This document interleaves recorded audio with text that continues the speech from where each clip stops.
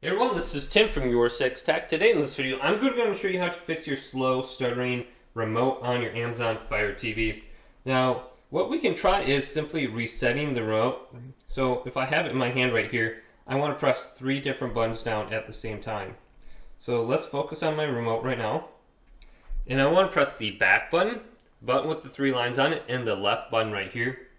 And if I hold both of these down and then the left button, this will reset the remote after about 10 seconds. And if your batteries are draining really quick, this should fix that issue as well.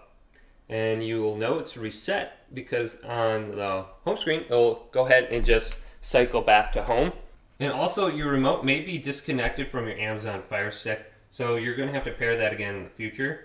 And to put your remote into the syncing and pairing mode, you have to hold down the home button for about 10 to 15 seconds, and a little green light in the upper right side of the remote will start to blink.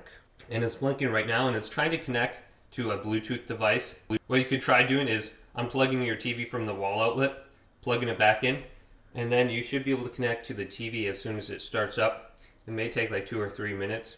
Now another thing that you could do is to take out the batteries from the remote, just like this, and hold down the power button for at least 30 seconds to a minute. Then, after you've held it down for about 30 seconds, go through each and every button and just press it down.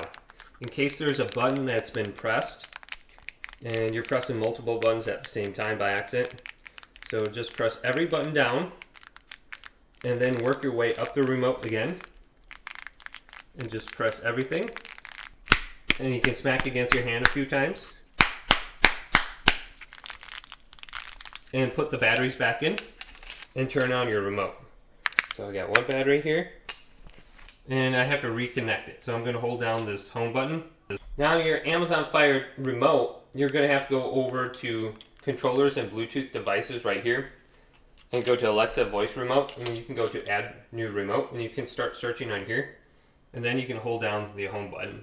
And this will allow you to use the voice button again on your remote. It says you have to pair it if you go ahead and try to use it. Okay, so it just showed up on my screen. I'm going to select it. Now my remote is paired, and if I hold down the voice button, it should work now, and I won't be getting a message that says I have to pair it. So hopefully this video did indeed help you out. If it did, leave it a big thumbs up, and subscribe to my channel down below for more tech out videos coming up next on YourSixTech.